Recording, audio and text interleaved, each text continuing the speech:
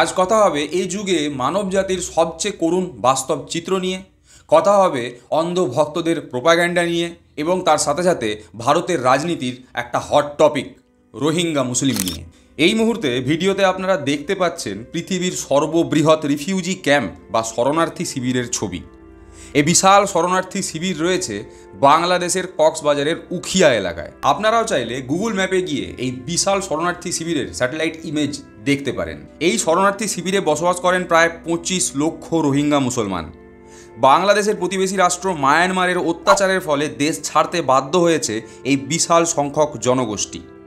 United Nations এবং ইউনিসেফের report বলছে বিগত 18 মাসে 5 লক্ষ রোহিঙ্গা মায়ানমার থেকে বাংলাদেশে এসেছেন। কিন্তু কেন এত বিশাল সংখ্যক জনগোষ্ঠী বাধ্য হচ্ছে নিজেদের মাতৃভূমি ছেড়ে পালাতে? এই রোহিঙ্গা মুসলমানরা কিভাবে প্রভাবিত করছে বাংলাদেশের সমাজকে, বাংলাদেশের অর্থনীতিকে, এবং এর ফলে কতটা ক্ষতিগ্রস্ত হতে পারে আমাদের দেশ ভারত? আর এই বিপদ ভারত সামালই বা দেবে কী করে? আজকে এই সমস্ত কিছু নিয়েই আলোচনা হবে। নমস্কার, আপনারা দেখছেন চুপ অ্যান্ড ডু। আমি দেবরাজ আপনাদের সাথে। বর্তমানে মায়ানমার একটি বৌদ্ধ ধর্মাবলম্বীদের দেশ, যেখানে প্রায় 90% নাগরিক হচ্ছেন বৌদ্ধিস্ট। তাহলে মায়ানমারকে আমি রোহিঙ্গা মুসলমানদের মাতৃভূমি কেন বলছি? সেটা বলার আগে মায়ানমার সম্পর্কে কতগুলো কথা আপনাদের বলে রাখতে চাই। মায়ানমার হলো পৃথিবীর অন্যতম একটি দরিদ্র দেশ। দারিদ্রতার সাথে সাথে এই দেশে রয়েছে রাজনৈতিক অস্থিরতা। প্রেস ফ্রিডম ইন্ডেক্সে এই দেশের র্যাঙ্ক 171। এই মুহূর্তে মায়ানমারের রাষ্ট্রপতি শাসন চলছে। এর আগে বহুবার মায়ানমারে গণতন্ত্র প্রতিষ্ঠা করার জন্য ভোট হয়েছে, কিন্তু সেই ভোটকে নাল অ্যান্ড ভয়েড মানে অগ্রাহ্য বলে ঘোষণা করে দিয়েছে সেখানকার সেনাবাহিনী। সমস্ত রাজনৈতিক নেতাদের গ্রেপ্তার করা হয়েছে, তাদের নামে ভুয়ো কেস দিয়ে তাদেরকে দিনের পর দিন জেলে বন্দি করে রেখে দেওয়া হয়েছে। আর এই সমস্ত কিছু করা হয়েছে বৌদ্ধ জাতীয়তাবাদের নামে। অর্থাৎ ঠিক যেমনভাবে আমাদের দেশে কিছু অন্ধভক্ত রয়েছে যারা হিন্দু রাষ্ট্র বানাতে চায়, মায়ানমারে তেমনি অনেকে রয়েছে যারা বৌদ্ধ রাষ্ট্র বানাতে চায়। এটা হচ্ছে মায়ানমারের মানচিত্র। আমরা আজকে সমগ্র মায়ানমার নিয়ে কথা বলবো না, কথা বলবো আরাকান পর্বতমালার পশ্চিম দিকে অবস্থিত আরাকান উপত্যকা নিয়ে, যেটাকে অনেকে রাখাইন উপত্যকা বলেও চেনে। এখানে বহু বছর ধরে রাখাইন জনগোষ্ঠীর বসবাস। এদেরকে আরকানিজ বলা হয়। এরা তিবেত ও বার্মান ভাষায় কথা বলে থাকে, যাদের ভাষা মূল বর্মা বা মায়ানমারবাসীদের থেকে কিছুটা আলাদা। এই আরকানিজদেরকে আমরা অর্থাৎ ভারতীয়রা মগ বলেও চিনে থাকি। আপনারা হয়তো মগের মুল্লুক বলে একটা কথা শুনে থাকবেন। এখানে মগের মুল্লুক মানে কিন্তু যে মগ আমরা বাথরুমে ব্যবহার করি সেই মগ নয়, এটা আরকানিজ মগদের কথা বলা হয়েছে। মায়ানমারের এই অংশটা বঙ্গোপসাগরের উপকূলে অবস্থিত, এবং এখানে বঙ্গোপসাগরের উপকূলের সমান্তরালভাবে রয়েছে আরাকান পর্বতমালা। এই আরাকান পর্বতমালা থেকে অনেক ছোট বড় নদী এসে মিশেছে বঙ্গোপসাগরে। তার ফলে এখানকার জলবায়ু এবং এখানকার মৃত্তিকা চাষাবাদের যথেষ্ট উপযোগী, এবং এই উর্বর জমিকে কেন্দ্র করেই সমগ্র মায়ানমার তথা বার্মা তথা আরাকান অঞ্চলে বিভিন্ন সময় বিভিন্ন সভ্যতা গড়ে উঠেছে। সেই সম্রাট অশোকের সময়ের থেকে ব্রিটিশ শাসনকাল অবধি এই এলাকা মোটামুটিভাবে ভারতেরই অন্তর্গত থেকেছে। ভারত মানে আমি 1947 সালের পরে ভারতের কথা বলছি না, আমি অখণ্ড অবিভক্ত ভারতের কথা বলছি। সম্রাট অশোকের সময়কালে আরাকানে বৌদ্ধ ধর্মের বিস্তার লাভ ঘটে। তার আগে বৈদিক সনাতন ধর্ম মানে বর্ণ প্রথা সহ যে হিন্দু ধর্ম সেটা প্রচলিত ছিল। সম্রাট অশোকের পর 4টি রাজত্বের উল্লেখ পাওয়া যায় এই অঞ্চলে। তার মধ্যে রয়েছে ধান্যবাত্তি, ভেসালি, লামরু এবং মারুকিউ।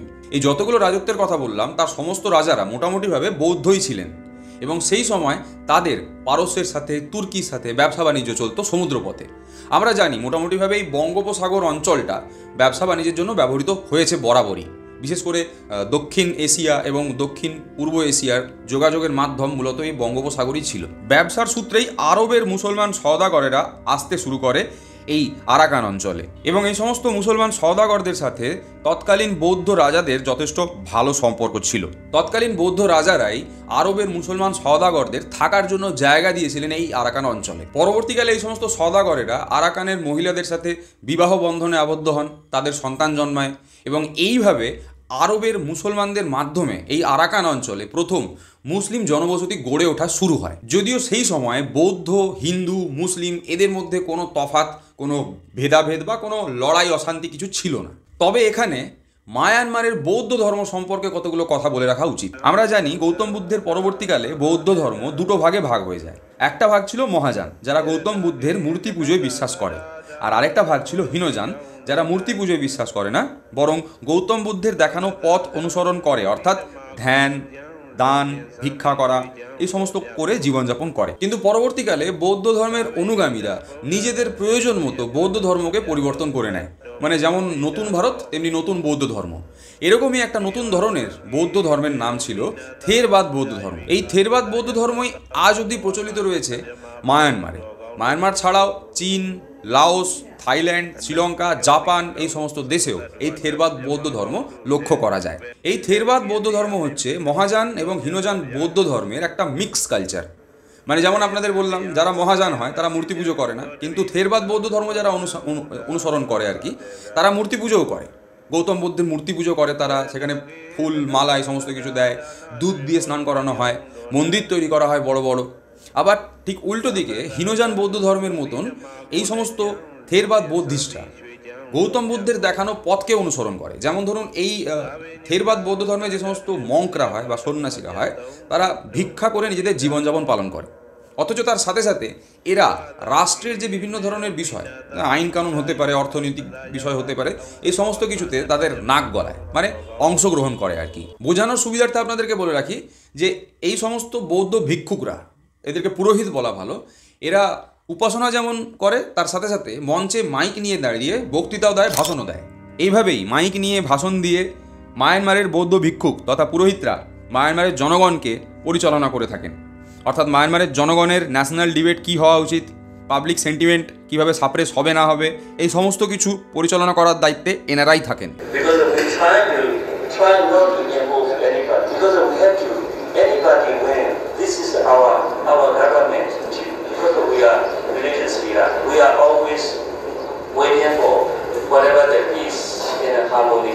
তবে এমনটা নয় যে আজকের দিনে দাঁড়িয়ে যে সমস্ত দেশে থেরবাদ বৌদ্ধ ধর্ম প্রচলিত আছে সেই প্রত্যেকটা দেশেই ধর্মগুরুরা রাষ্ট্রের বিভিন্ন বিষয়ে নাক গলান। এটা বিশেষ করে মায়ানমারের ক্ষেত্রে প্রচলিত রয়েছে। বেসিক্যালি মায়ানমারে যতই সমস্যা থেকে থাকুক, যতই দারিদ্র্য থেকে থাকুক, আলটিমেটলি মুসলমান তাড়িয়ে দিলে দেশ সব চাঙ্গাসি হয়ে যাবে, এটা মায়ানমারের এই সমস্ত বৌদ্ধ ভিক্ষুক তথা পুরোহিতরাই মায়ানমারের জনগণকে বুঝিয়ে থাকে। কিন্তু যে ধর্ম বিশ্বকে শান্তির বার্তা দিয়েছে, যে ধর্ম অহিংসার কথা বলেছে, যে গৌতম বুদ্ধকে আমাদের দেশের মহাত্মা গান্ধী, জওহরলাল নেহেরু, সুভাষচন্দ্র বোসের মতন বড় বড় যে সমস্ত ব্যক্তিরা ছিলেন, বিখ্যাত ব্যক্তি, তারা পর্যন্ত ফলো করেছেন, বি.আর. আম্বেদকর ফলো করেছেন, সেই রকম একজন ব্যক্তির দ্বারা তৈরি করা একটা ধর্ম আজকে হিংসার পথে কী করে পরিচালিত হচ্ছে, সেই ইতিহাস আমরা একটুখানি ছোট্ট করে জেনে নেব।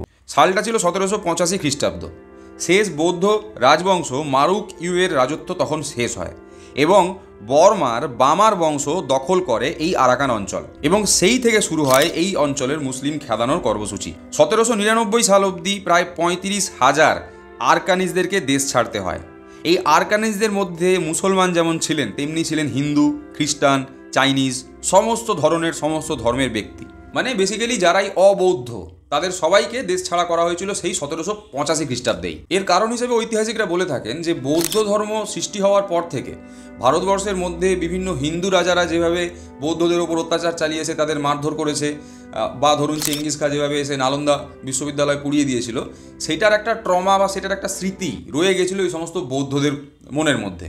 বিশেষ করে সেই সমস্ত বৌদ্ধদের মনের মধ্যে এগুলো গেঁথে গিয়েছিল যারা মায়ানমার, মানে বর্তমান মায়ানমার এবং তৎকালীন বর্মার মূল অধিবাসী বা মূল নিবাসী, মূল যে ভূখণ্ড বর্মার, সেখানে কিন্তু বরাবরই বৌদ্ধ যে সন্ন্যাসীরা, ভিক্ষুকরা, তাদের একটা কন্ট্রোল থেকেছে। এবং তার ফলেই এই 1785 সালে যখন বর্মার দখলে আরাকান অঞ্চল এলো, তখন আরাকানের যে সমস্ত বিধর্মীরা ছিল তাদের সবাইকে তাড়িয়ে দেওয়া হয়েছিল।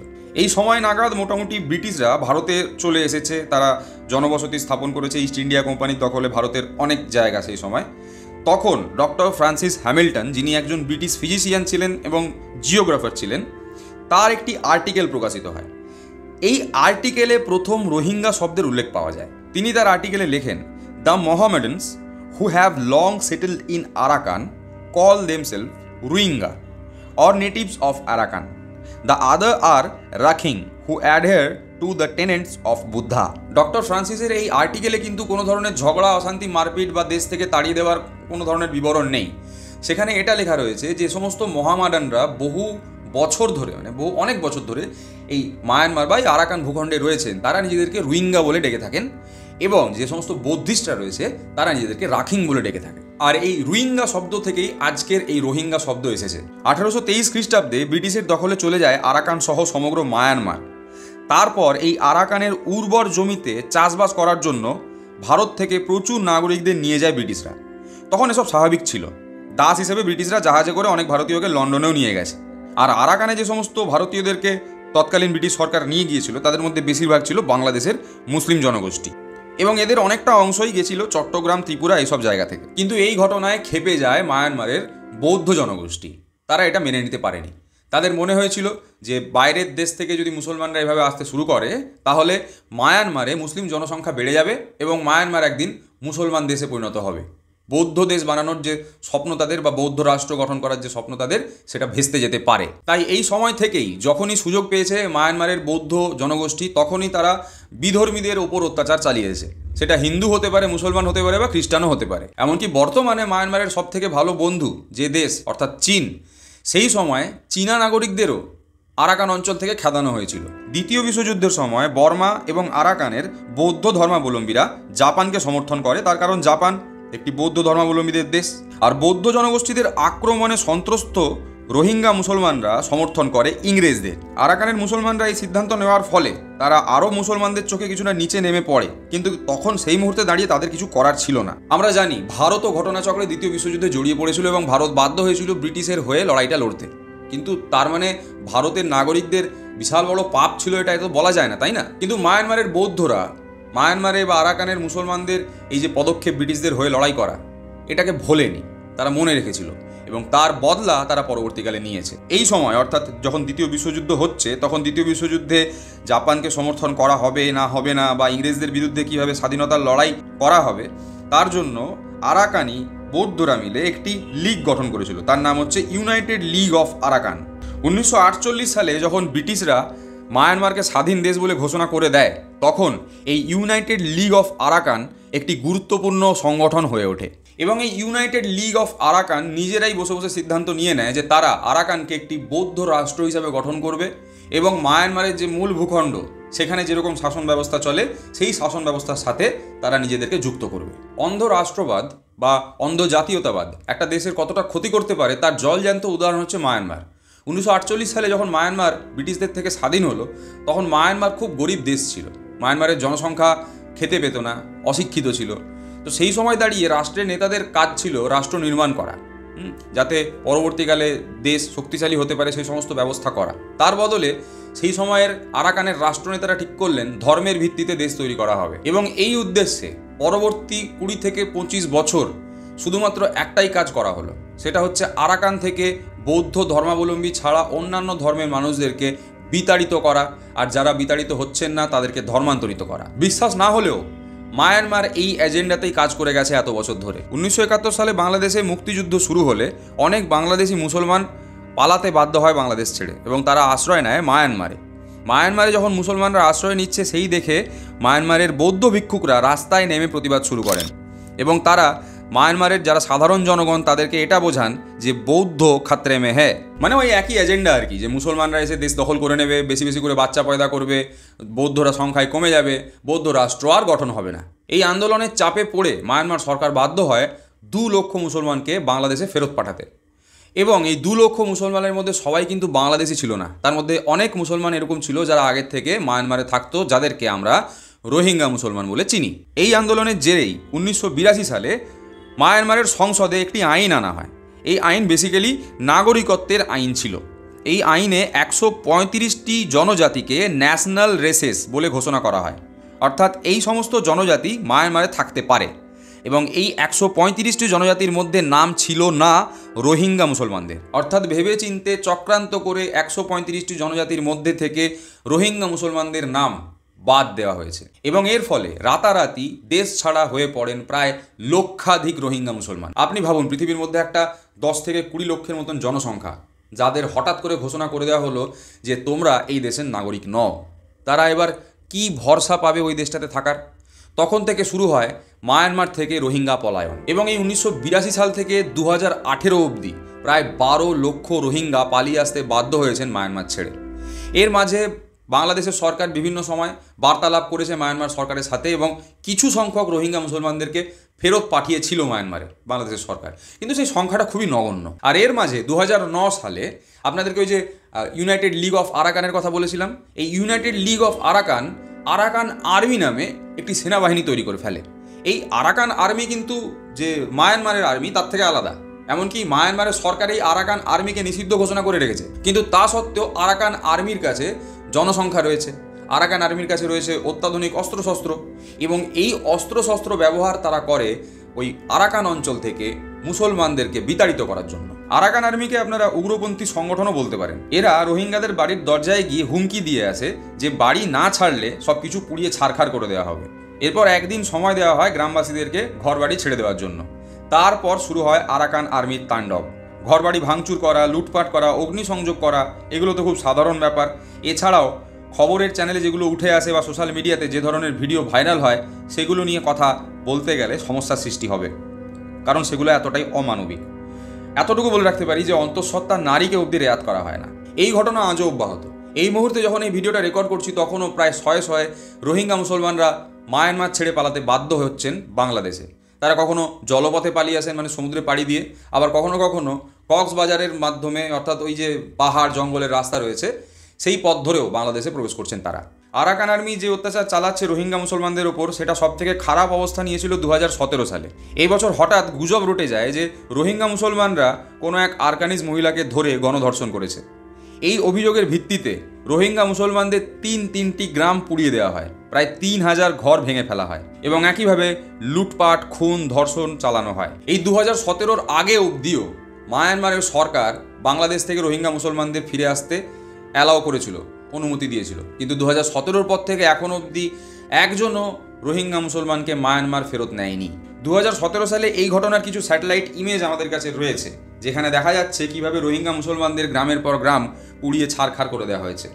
আর ভিডিওর শুরুতে আপনাদেরকে দেখিয়েছিলাম বাংলাদেশের কক্সবাজারে মায়ানমার থেকে বিতাড়িত এসব রোহিঙ্গা মুসলমানরা কিভাবে ক্যাম্প বানিয়ে রয়েছেন। আপনারা ইতিপূর্বে জেনেছেন যে সেই সম্রাট অশোকের সময়কাল থেকে আরবের সওদাগররা এসে থাকতে শুরু করেছিল এই আরাকান অঞ্চলে। এই আরবের মুসলমান সওদাগরেরা তৎকালীন বৌদ্ধ রাজাদের অনেক সাহায্যও করেছেন। তবের থেকেই কিন্তু মুসলমানরা রয়েছেন এই আরাকান অঞ্চলে, এবং পরবর্তীকালে ইংরেজ আমলেও প্রচুর মুসলমানরা চলে আসে এই আরাকান অঞ্চলে। তারা এখানে এসে চাষাবাদ করেছে, তারা এখানে তাদের নিজেদের ঘরবাড়ি বানিয়েছে, সংসার করেছে, এবং এই অঞ্চলকে তারা নিজেদের মতন করে গড়ে তুলেছে, এই অঞ্চলের অর্থনীতিতে যোগদান করেছে। এত কিছুর পরে শুধুমাত্র ধর্মের ভিত্তিতে একটা বিশাল জনগোষ্ঠীকে বিতাড়িত করা হচ্ছে। হিসেব করলে দেখা যাবে যে বৌদ্ধ ধর্মও কিন্তু মায়ানমারে বাইরের থেকেই এসেছিল। তাহলে কি বৌদ্ধদের উচিত নয় মুসলমানদের প্রতি একটু দরদ দেখানো? বৌদ্ধরা যে জায়গাকে নিজেদের মাতৃভূমি বলে বিচার করছে, সেই মাতৃভূমির কিছুটা অংশ মুসলমানদেরও। এটা মানতে কট্টরপন্থী বৌদ্ধদের অনেক সমস্যা, এবং সেই সমস্যার ফল আজকে বাংলাদেশ ভোগ করছে, এবং আমরা অর্থাৎ ভারতবাসীরাও কিছুটা হলেও ভোগ করছি। এই রোহিঙ্গা মুসলমানদেরকে নিয়ে আমাদের দেশের বড় বড় নেতারা বিভিন্ন সময় বড় বড় লেকচার দেন, বলেন যে এই রোহিঙ্গা মুসলমানরা নাকি আমাদের দেশকে খতম করে দেবে।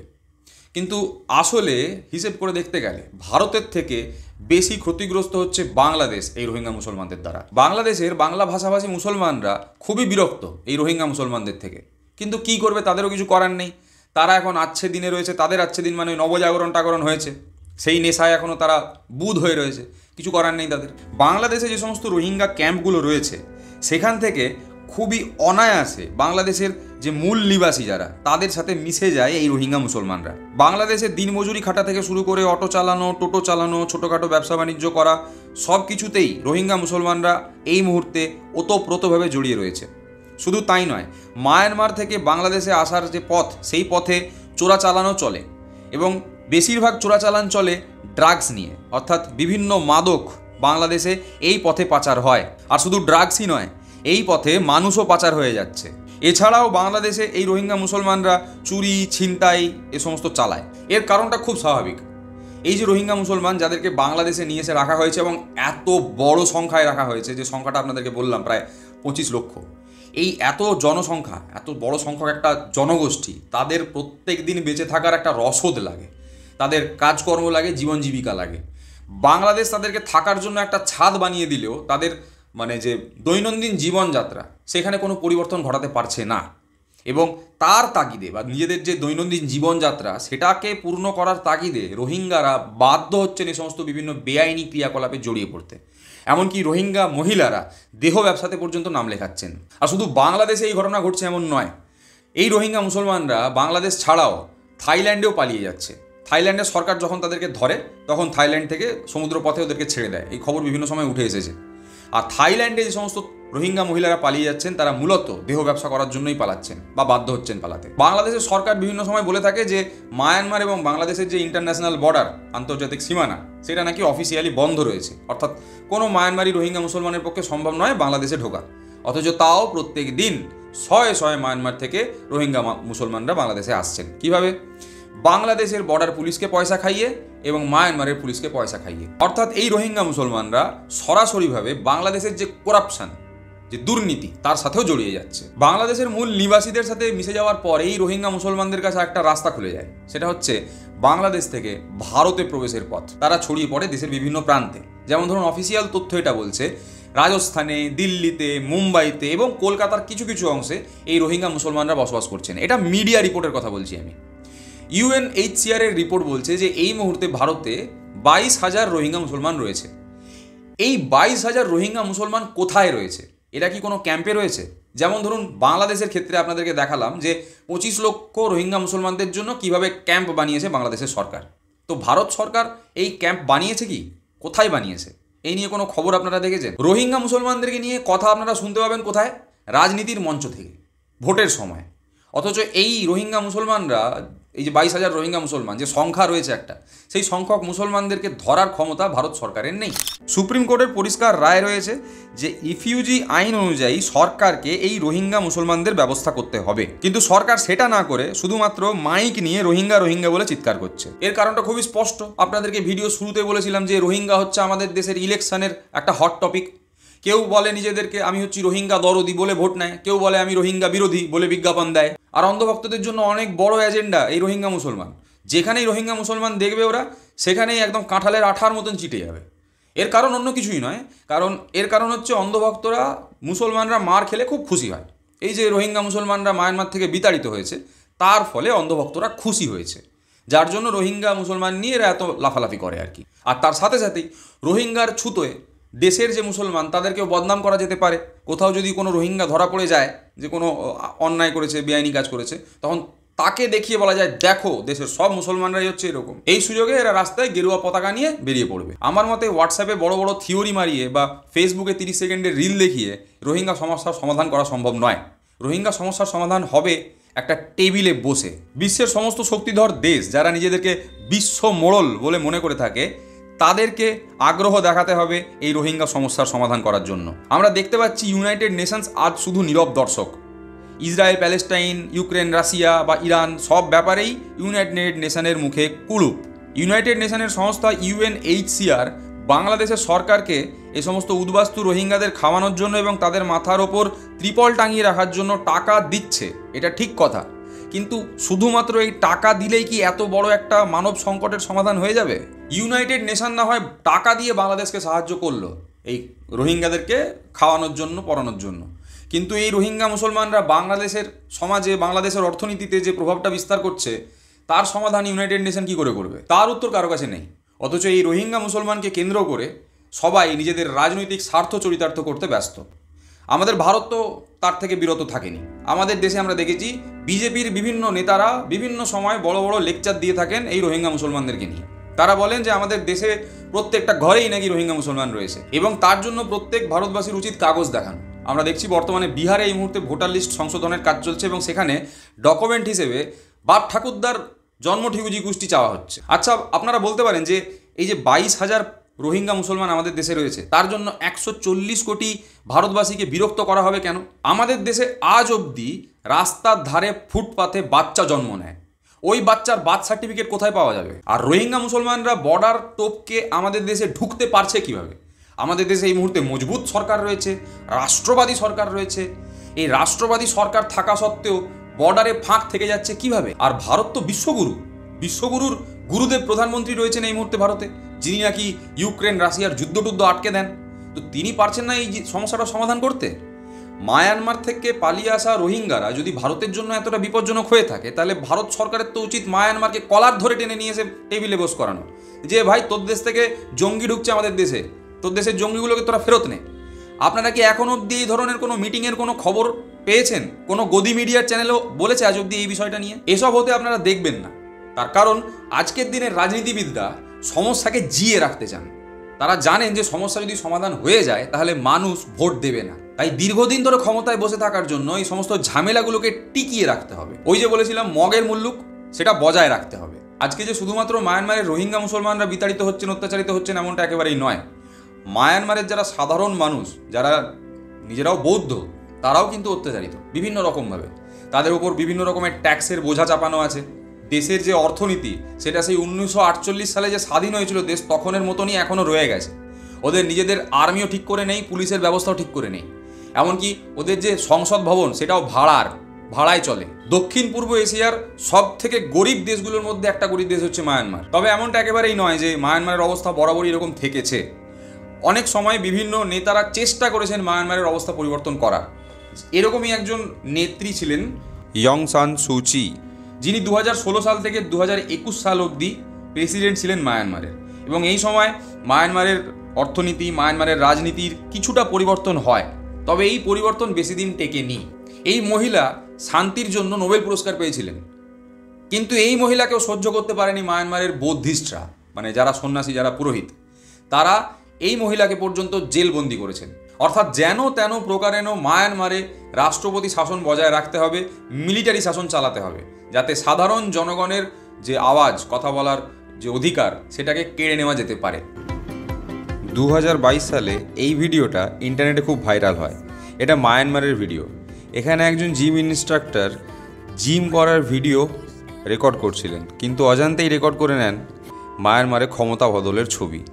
পেছনে যে গাড়িগুলো দেখা যাচ্ছে সেগুলো সব মিলিটারির গাড়ি। তারা যাচ্ছে মায়ানমারের সংসদ ভবন থেকে গণতন্ত্রকে উৎখাত করে ধর্মের শাসন প্রতিষ্ঠা করার জন্য। বহুবার এখানে ভোট হয়েছে, ভোট হয়ও, কিন্তু সেই ভোট দেওয়ার কোনো ফল হয় না। ওগুলো সব লোক দেখানো ভোট, কিছু করারও নেই। কেননা মায়ানমারের অবস্থা সেই দেশগুলোর মতনই, যে দেশগুলো ধর্মকে দেশের সংবিধানের ভিত্তি বানিয়েছে, যারা ধর্মকে রাষ্ট্রবাদের হাতিয়ার করেছে। ধর্ম হয়েছে রাজনীতির মূল বিষয় এবং মানুষের জীবন হয়ে গেছে মূল্যহীন। চোখের সামনে আমাদের কাছে একটা বড় উদাহরণ রয়েছে পাকিস্তান, এবং মায়ানমারও এই একই পথে বছরের পর বছর হেঁটে চলেছে। এবং তারই ফল ভোগ করতে হচ্ছে মায়ানমারের প্রতিবেশী রাষ্ট্র বাংলাদেশকে এবং আমাদের দেশ ভারতকে। রোহিঙ্গা মুসলমানদের সম্বন্ধে আপনাদের কি মতামত এবং এই ভিডিও সম্পর্কে আপনাদের কি মতামত, আপনারা অবশ্যই কমেন্ট বক্সে লিখে জানাবেন। আজকের এই ভিডিওটা যদি আপনাদের ভালো লেগে থাকে তাহলে অবশ্যই লাইক করবেন, এবং এই তথ্যগুলো যদি আপনি অন্য কাউকে জানাতে চান তাহলে নির্দ্বিধায় এই ভিডিওটা শেয়ার করতে পারেন। এই ভিডিওতে যে তথ্যগুলো আপনাদের সামনে তুলে ধরেছি তার মধ্যে যদি কোথাও কোনো রকম ফাঁক থেকে থাকে তাহলে অবশ্যই সেটাও আমাদেরকে লিখে জানাতে পারেন। আমাদের এই চ্যানেলের ভিডিওগুলো দেখার জন্য আপনাদেরকে সাবস্ক্রাইব করতে হবে চুপ অ্যান্ড ডু এর ইউটিউব চ্যানেল। সুস্থ থাকবেন, ভালো থাকবেন, নিজেদের সমাজ এবং পরিবেশকে সুস্থ রাখার চেষ্টা করবেন। নমস্কার।